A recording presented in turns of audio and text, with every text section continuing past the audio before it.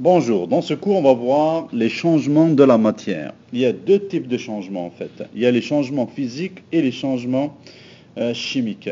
Je parlerai aussi plutôt des propriétés physiques et des propriétés chimiques de la matière. On va commencer par les premières propriétés, donc les propriétés physiques. Ce qui caractérise les changements physiques ou les propriétés physiques, c'est qu'il n'y a aucune nouvelle substance qui est formée. Quand on voit une matière, il y a cette matière, elle peut se transformer à un autre état, mais elle reste toujours la même chose. Les particules ne changent pas, elles restent toujours les mêmes. Seule la forme ou l'état change, comme je viens de le dire. Le changement est réversible. Ça veut dire qu'on peut passer d'un état à un autre et revenir à l'état initial, ce qu'on appelle un changement réversible. Alors, par exemple, la fonte des glaces.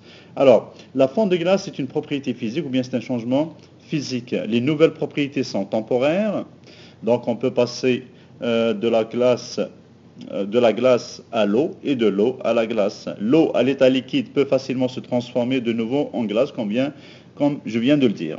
L'eau au goût de chlore. Alors, le goût est causé par le chlore dissous dans l'eau. Comme vous avez dans les piscines, on met du chlore dans la piscine. Donc, quand vous nagez, vous sentez un peu le goût, vous goûtez un peu le chlore. Si on laisse reposer l'eau toute la nuit, elle perd son goût, déplaisant car le chlore dissous s'échappe. Donc ici, le chlore peut s'échapper. Donc on peut revenir à l'eau avant que le chlore soit dissous à l'intérieur. Les particules de chlore existent encore, mais elles sont dissoutes dans l'air. Donc elles sont là, mais elles sont parties dans l'air. Donc vous voyez un peu les propriétés physiques, c'est quoi? Donc on va voir deux types de propriétés physiques quantitatives et propriétés physiques qualitatives. Alors, commençons par les propriétés qualitatives. Alors, qualitative, ça vient du terme qualité. Donc, généralement, c'est des propriétés qui décrivent la matière comme la couleur, la texture, l'état, ainsi de suite.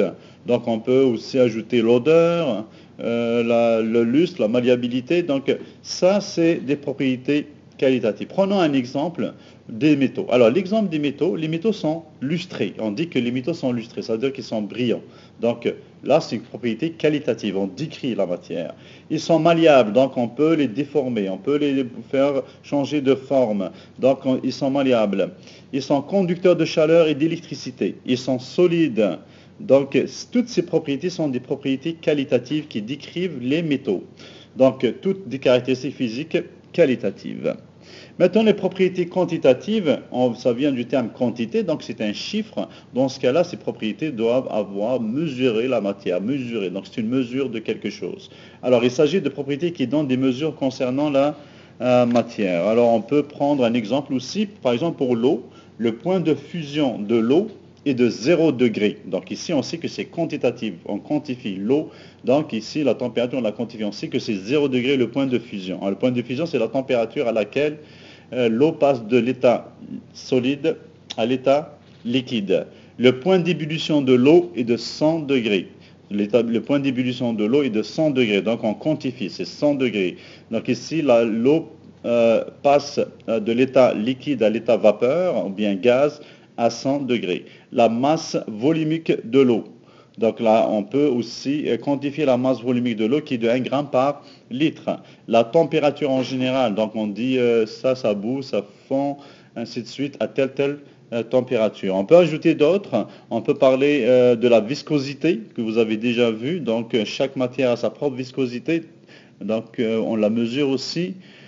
On peut aussi parler de la conductivité. Ça veut dire que chaque matière a une telle conductivité. Il conduit combien d'électricité ou de courant. Donc ici, comme je l'ai dit, donc l'eau bout à 100 degrés. La masse volumique de l'eau est de 1 gramme par litre. Tout ça, c'est des propriétés physiques quantitatives. Voyons maintenant les propriétés chimiques ou les changements chimiques. Dans ce cas, c'est complètement différent des propriétés physiques. Donc ici, il y a une création d'au moins d'une nouvelle substance ayant de nouvelles propriétés. Donc ici, vous avez une matière qui va être transformée en nouvelle matière. Donc s'il y a une nouvelle matière qui est formée, donc on a un changement chimique. Et on ne peut pas revenir de la matière qu'on vient d'obtenir. La nouvelle matière ne peut pas revenir à l'ancienne matière. Donc difficile ou impossible d'inverser le le changement. Donc on ne peut pas revenir à la matière initiale. Alors on va donner des exemples pour mieux comprendre. Par exemple, brûler du papier. Alors la fumée et la cendre ne peuvent être combinées pour former du papier. On ne peut pas prendre la fumée et la cendre qu'on obtient une fois qu'on brûle le papier pour redevenir le papier qu'on a brûlé. Le changement n'est pas réversible. Une ampoule électrique qui brille aussi. Donc c'est une propriété chimique. Le filament de métal brûle lorsque l'électricité traverse le filament.